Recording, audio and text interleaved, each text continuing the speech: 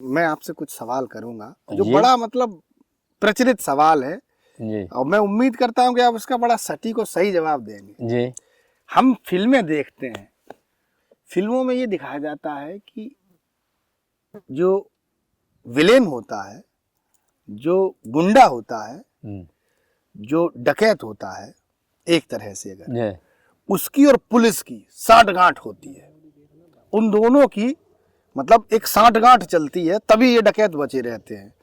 तो क्या ये इस बात में कितनी सच्चाई है कि पुलिस डाकुओं से मिली रहती थी?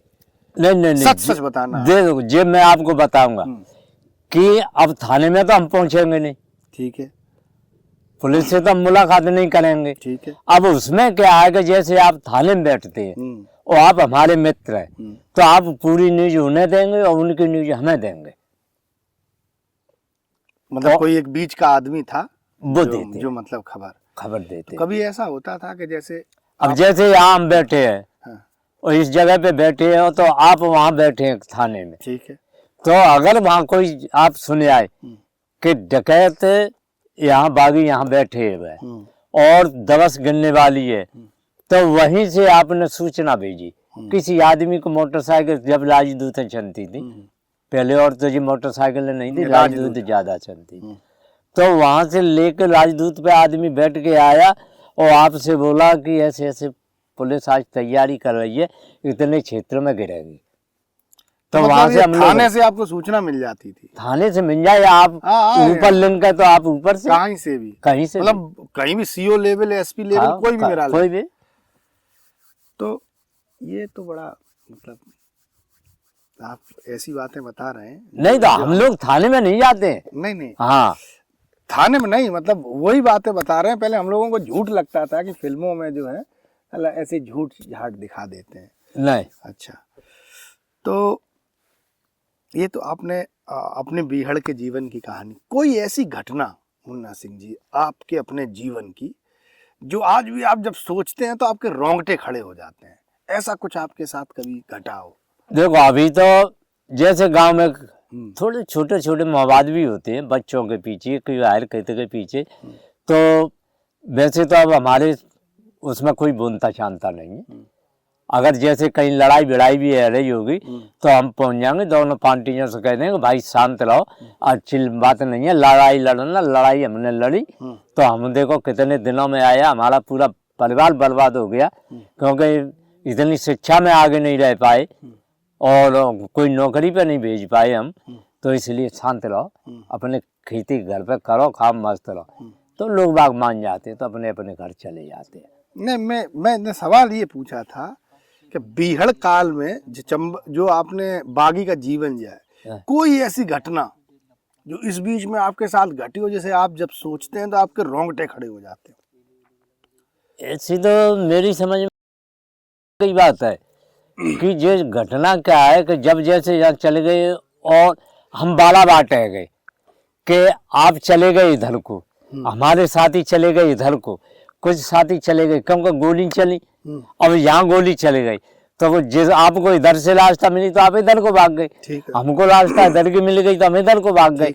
जब हम वहाँ पहुंचे समय में वहां से निकल गए, अब हमने सोचा कि हमारे आदमी कहाँ पहुंचे होंगे, तो हर आदमी को अड्डा जानकारी थे कि ये फलाने अड्डे पे इधर को जानकारी है, तो हमको ये पता है कि हमारा अड्डा वहां पे है, तो हम वहां आदमी भेजते थे, उधर से वो आदमी भेजते थे इधर के लिए कि वहां अड्डा है, तो ऐसे मुलाकात में इकट्ठे हो जाते। अच्छा ये बताइए मुझे कि जो सरगना होता था उसकी चलती थी, हुक्म जो है वहां भी ऐसा ही कि जैसे किसी और विभाग में होता है जो सबसे बड़ा अधिकारी होता है वो जो हुक्म देता है, ऐसे डकैतों में भी होता है, लोकतांत्रिक व्यवस्था होती है कि कोई भी डाकू आवाज उठा सकता है कि भाई ये गलत है, सही है? नहीं, हाँ आवाज उठा सकता, कोई भी व्यक्ति उठा सकता, अगर जैसे लीडर हाँ, अगर लीडर कोई अन्याय करे तो हर गैंग वाला रोक देगा कि आप अन्याय कर रहे हैं। अच्छा, हाँ, ऐसा नहीं, रोकने का उसका फर्ज है क्योंकि आपके साथ 24 घंटा है नहीं, तो उसको फर्ज है ये रोकने का, अन्याय का, अन्याय पे कदम नहीं उठाएंगे। तो आपने फिर शादी कब की? शादी नहीं की फिर। अच्छा, फिर आपने शादी की नहीं? नहीं, पूरी क्योंकि अब जेल में पहुंचे, जेल में जेल जाके में कितने साल आप रहे?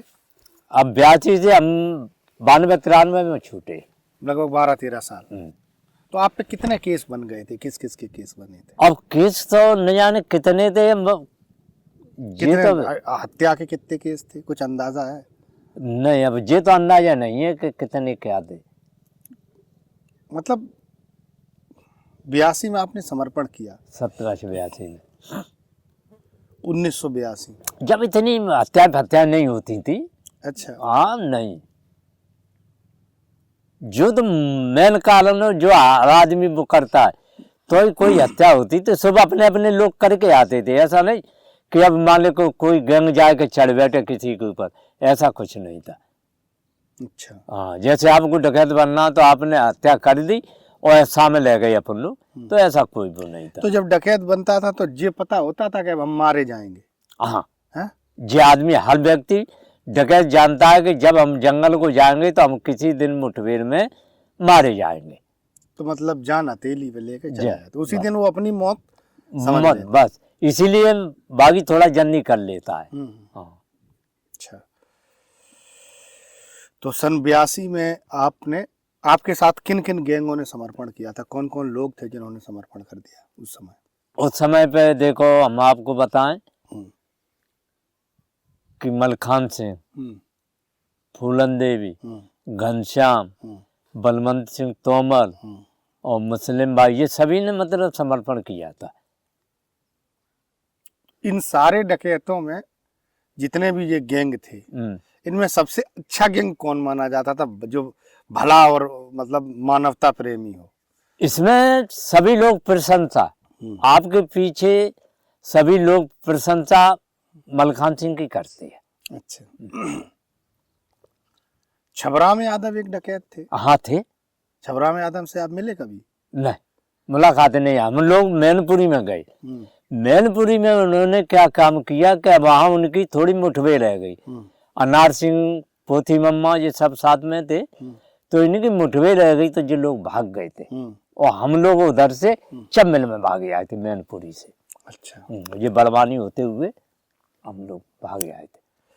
अच्छा, एक फिल्म जो आई थी पान सिंह तोमर, हाँ, पान सिंह तोमर के बारे में आपको कुछ पता है?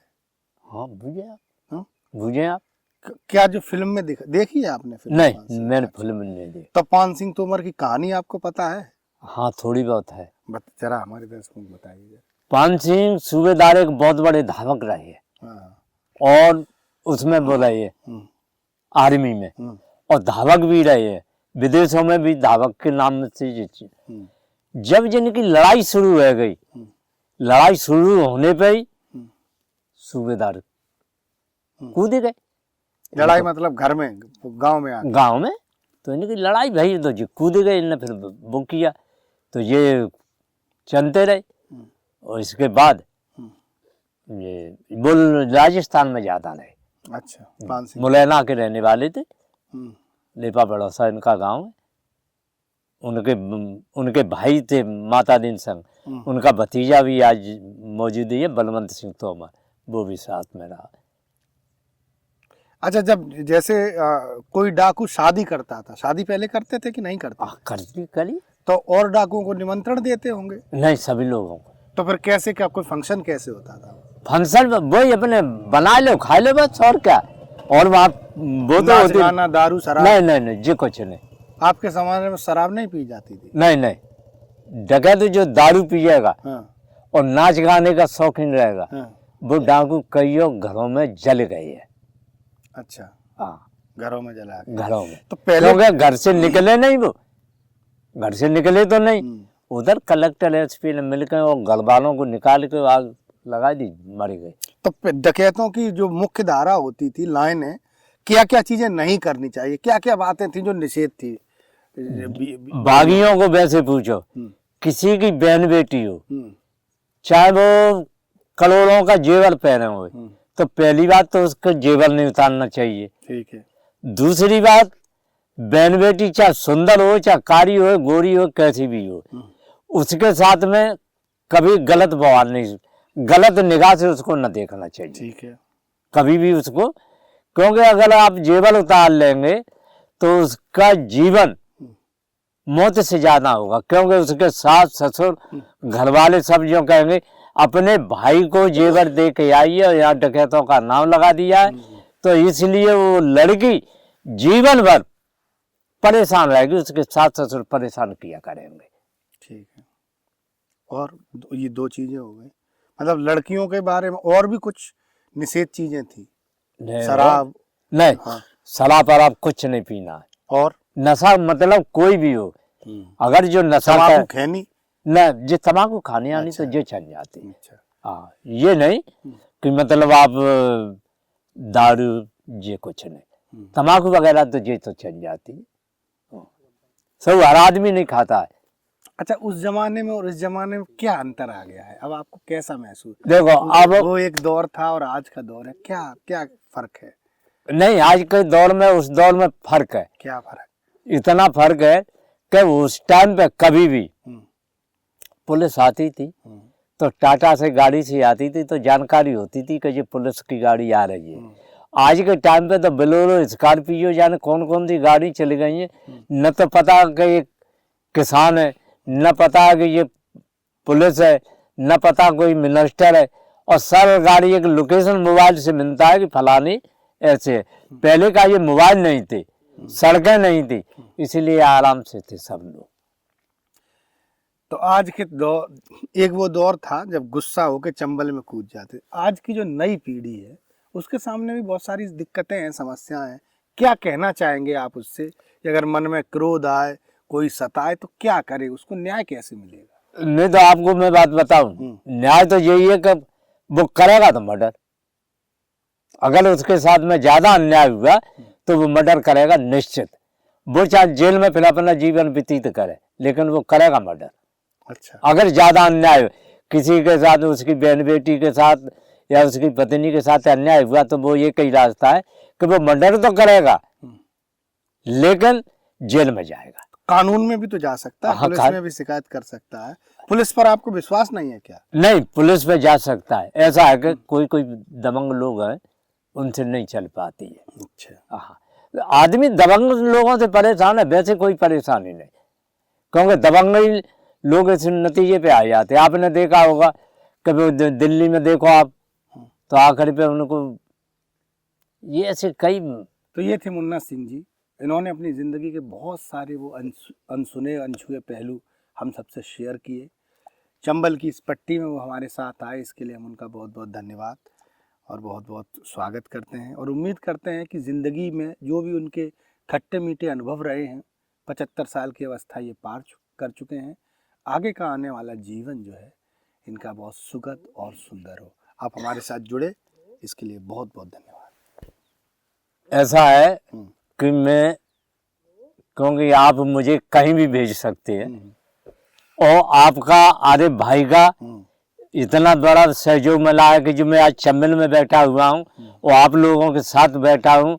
आपने मुझे इतनी के 10 दर्शकों को आप मेरा मतलब ये दिखाएंगे कि आज मुन्ना सिंह मनोज भाई के यार भाई के बीच में बैठे हुए हैं और चंबल के बेड़ में बैठे हुए हैं। तो ये आप मेरा सौभाग्य है कि जो आप लोगों से मुलाकात भी, आप लोगों के दर्शन हुए और आप लोगों के सब कुछ मेरा बहुत बहुत धन्यवाद।